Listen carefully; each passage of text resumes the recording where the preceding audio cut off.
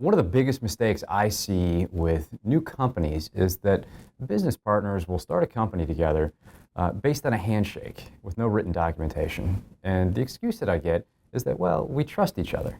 Well, of course you trust each other. Otherwise, you wouldn't go into business in the first place. For example, I recently started a new LLC for a client that we'll call John.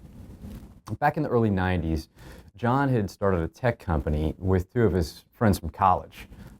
In those days, tech companies were booming, and the three went into business together on a handshake with no operating agreement. And the excuse they gave me was that they were just going to get around to it at some point.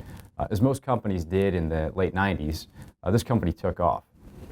But the problem is that John only had a 33% interest in the company as one-third owner. The other two disagreed with John and the running of the company, and they essentially seized control.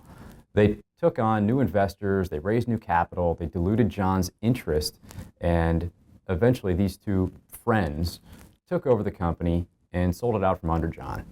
And again, unfortunately, because there's no operating agreement, there's nothing John really could do about it.